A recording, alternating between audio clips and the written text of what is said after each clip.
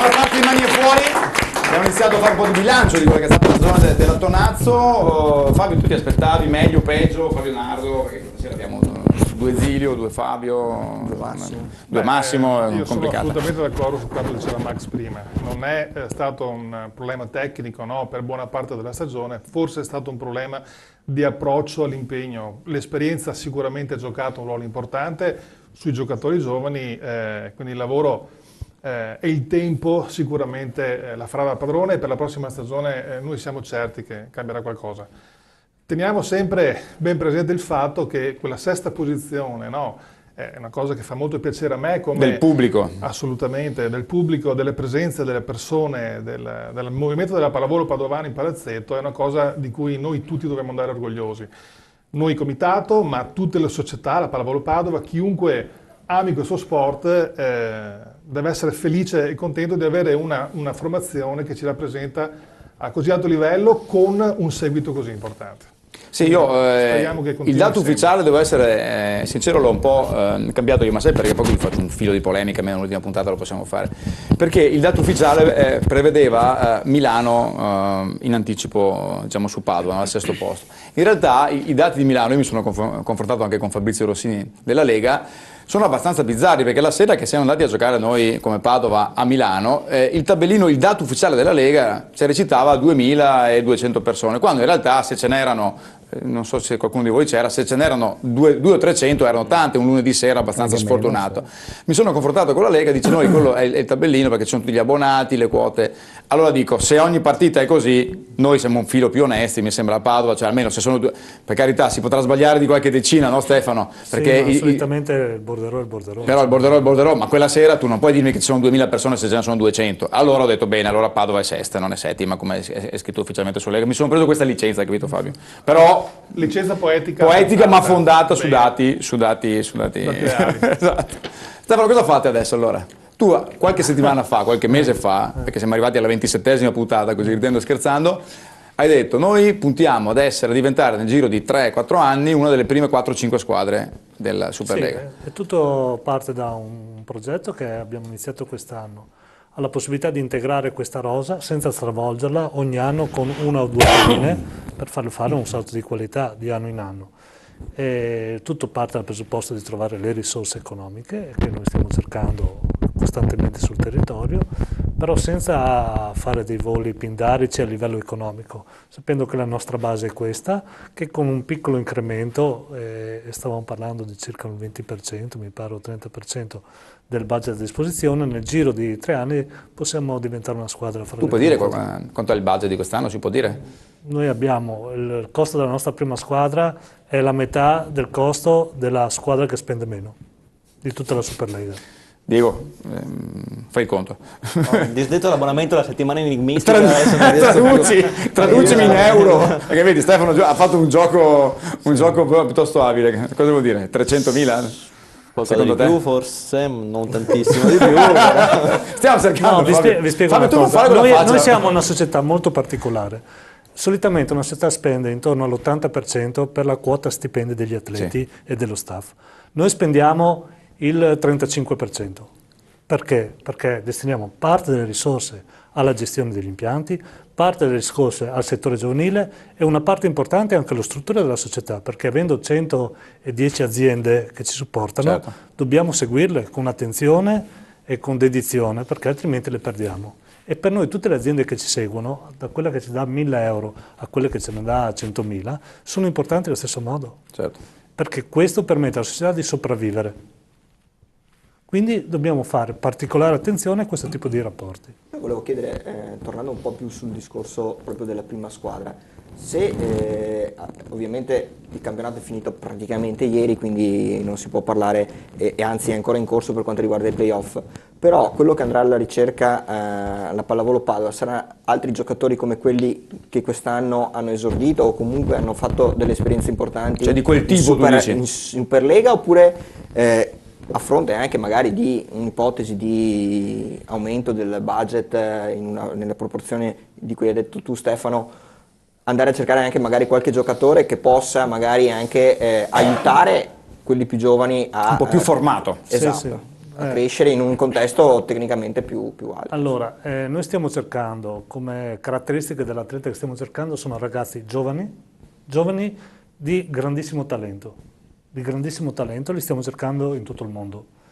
E questi ragazzi hanno dei costi di accesso di primo contratto relativamente bassi. Il nostro vantaggio è che noi possiamo proporre contratti lunghi. Solitamente lavoriamo con un contratto di 1 anno con l'opzione per altri 2. Il primo anno è un contratto di un livello di entrata alla Superlega, che è sempre un suo appello per i ragazzi che vengono dall'estero, basso. Gli altri 2 salgono rapidamente. Salgono rapidamente perché se posso esercitare l'opzione l'esercito solo se il giocatore è di sicuro talento, di sicuro futuro. E secondo me, se esercito l'opzione, questo ragazzo può darsi che resti qua, se io trovo le risorse per raggiungere gli obiettivi che ci stiamo prefissando, oppure se non ho le risorse lo vendo. Quindi abbiamo già capito che sono stranieri intanto, Diego. Scusami, non devono scrivere sui giornali, sono gli altri. No, rimangono solo qua dentro stasera. No, ma lo dicono, rimangono Quindi qua. potrebbe esserci anche qualche provenienza esotica o... Ma poi sai, le ragazze sono interessate, io vedo dei sorrisi. Il nostro mercato viene fatto prima degli altri o da un'altra parte rispetto agli altri, perché non possiamo andare a fare la concorrenza agli altri. Sai che Stefano, quando sono gli ultimi 3 giornate di mercato a luglio, no, a Bologna, no, in Lega, lui arriva là e già tranquillo, quello che doveva fare l'ha già fatto, vero? No? Ma non sempre, una volta non era una così. volta ha fatto la squadra agli ultimi 5 minuti, quella me la ricordo, quella con Platenic, quell'anno lì l'ha fatta agli ultimi 5 minuti. Dipende dalle situazioni di mercato. No? Adesso, potendo programmare, cominci a lavorare molto prima sulla valutazione di alcuni atleti, logicamente, no? Perché non sei con l'acqua alla gola, non devi seguire la prima squadra, non sai se farai una serie o l'altra, perché noi spesso abbiamo giocato borderline fra A1 e A2 e quindi non potevi fare investimenti prima. Comunque la mia battuta sulla provenienza esotica, comunque io credo che anche il mercato della pallavolo si sia aperto ormai già da qualche anno anche ad atleti che magari non vengono da paesi, diciamo, di grande tradizione. Noi quest'anno abbiamo preso Gonzalez. Gonzalez non lo conosceva nessuno. Tra l'altro giocava non in un campionato standard, ma giocava nel campionato universitario. Aveva fatto tutta la trafila, Gonzalo, tutta la trafila nelle giovanili, aveva fatto 3 anni di università e non è stato neanche convocato nella prima squadra nazionale per i mondiali. Quest'anno farà tutta la Vorrei aggiungere una cosa che magari ci dimentichiamo. Io e Stefano abbiamo parlato con il direttore sportivo di un'altra squadra che non si dice chi è, che hanno un buco dell'anno scorso di 300.000 euro, quest'anno non sanno se si ripresentano perché hanno problemi. Ecco, uno dei punti a favore forse anche nostro quando ci presentiamo sul mercato, che comunque i giocatori sanno che la società non fa scherzi, cioè voglio dire che quando noi garantiamo un contratto poi alla fine viene rispettato. Viene rispettato. Certo. E credo che nel mondo dello sport ultimamente sia sia da importante tutti. anche questo, riuscire a capire, vedi anche altre squadre che adesso sia nel calcio che anche nella pallavolo sta succedendo, quindi il fatto di sapere che poi alla fine si ha a che fare con una società che comunque è regolare e paga nei contratti, che questo si sa. Anche perché sai, tra di loro, poi i giocatori parlano, è la prima cosa che sai, quando ti fanno una proposta. Io mi ricordo una delle prime riunioni che siamo andati insieme 6 anni fa in Lega, ho preso paura perché diceva, cioè sentivo tutti i discorsi di tutti i presidenti, sai, io nuovo così, cioè sapevano gli assegni, i dati qua, ma questo sta a 2 assegni. È stato buono della squadra che voglio dire, quindi si sa tutto e questo è un punto a favore nostro. Volevo sentire intanto anche un attimo, scusami, Federico Trevisan, perché anche voi quest'anno, buonasera intanto, buonasera. Anche voi quest'anno come le ali prima squadra avete fatto una scelta volley project abbastanza simile, no? A quella di Padova per necessità, voglio dire, si può dire anche con tranquillità, no? Non è che c'è niente di cui vergognarsi. Non c'è niente da vergognarsi, anche l'aspetto economico ha influito su delle scelte, è inevitabile. Io ho sempre detto da quando ci siamo presentati che a maggio non sapevamo se fare la B2 o la B1, dopodiché il settore giovanile spingeva in maniera importante e ancora adesso spinge in maniera importante e c'era una scelta da fare, pensare a un qualcosa di più grande e strutturato, ma non ne avevamo ancora né la capacità e nelle prospettive a breve termine, oppure cambiare completamente strada, dare risalto a quello che comunque su quello che stavi lavorando, quindi il giovanile, quindi l'Under 18 in primis, certo. 18 e 16, e quindi fare una B1 con per cercare anche comunque di dare un significato alla categoria, con 3-4 ragazze over 18, che non vuol dire abbiamo un over è un 96, quindi appena uscito dai 18 anni, e uno è un 94. E dopodiché abbiamo ottenuto 2 elementi che certo. sono di rilievo, quindi la Dall'Ora e la Secco, a fianco tutta una serie di giovani di belle speranze, di speriamo grandi prospettive, e tutte under 18, quindi compresi. Siete premiati comunque, no, Federico, anche voi anche in qualche modo, siamo contenti. Anche under 16 in realtà. Abbiamo 2 2000 dentro, un 2000 e un 99, quindi insomma penso che in B1 giocare con i 2000 e con i 99 sia di grande. Facendo anche un campionato che penso che sia molto al di là di quello che vi potevate aspettare. Per noi avere non siamo ancora salvi, quindi mettiamo noi siamo l'ultima puntata, ma non vogliamo portare male a nessuno, anzi mettiamo avanti le mani.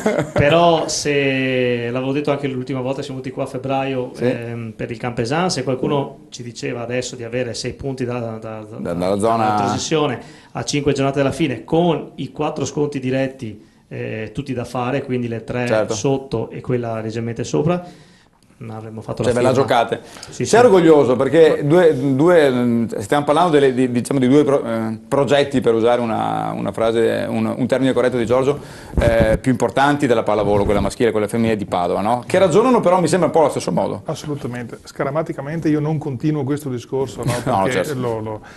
Però diciamo che non solo non c'è da vergognarsi, anzi c'è da essere fieri di questa scelta, no? Perché bisogna fare assolutamente la politica dei piccoli passi e renderci conto che se noi non investiamo sulla cosa più importante che abbiamo, che sono i giovani, che sono il settore giovanile, è lì il nostro bacino di utenza.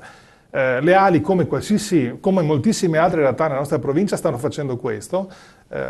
Prova ne sia che nelle finali provinciali sono abbastanza presenti, adesso ne manca una di importante, vediamo come tanto io prego la regia, tanto così dietro agli Zilios di inquadrare la targa del Memorial Frigo Generino, che è la prima classificata dell'Under 18, che avete vinto lunedì mattina, giorno di Pasquetta, anziché fare le gite sul lago, avete visto che poi porta anche male.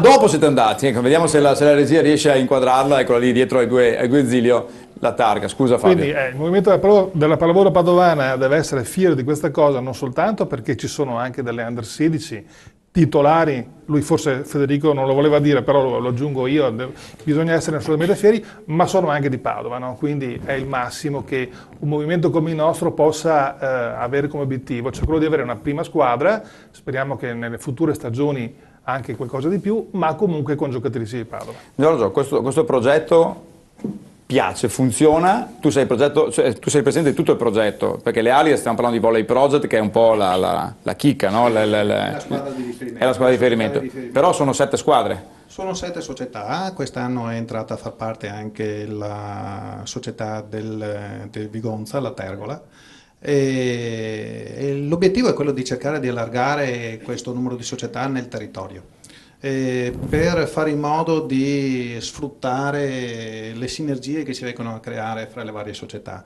Avendo poi una società di riferimento che è il Proset Volley, le ragazze, perché prevalentemente sono società che fanno pallavolo femminile, quindi le ragazze che hanno più voglia, che hanno più volontà, che hanno più talento, hanno un punto di riferimento e lì hanno la possibilità di poter effettivamente crescere e mettersi in mostra.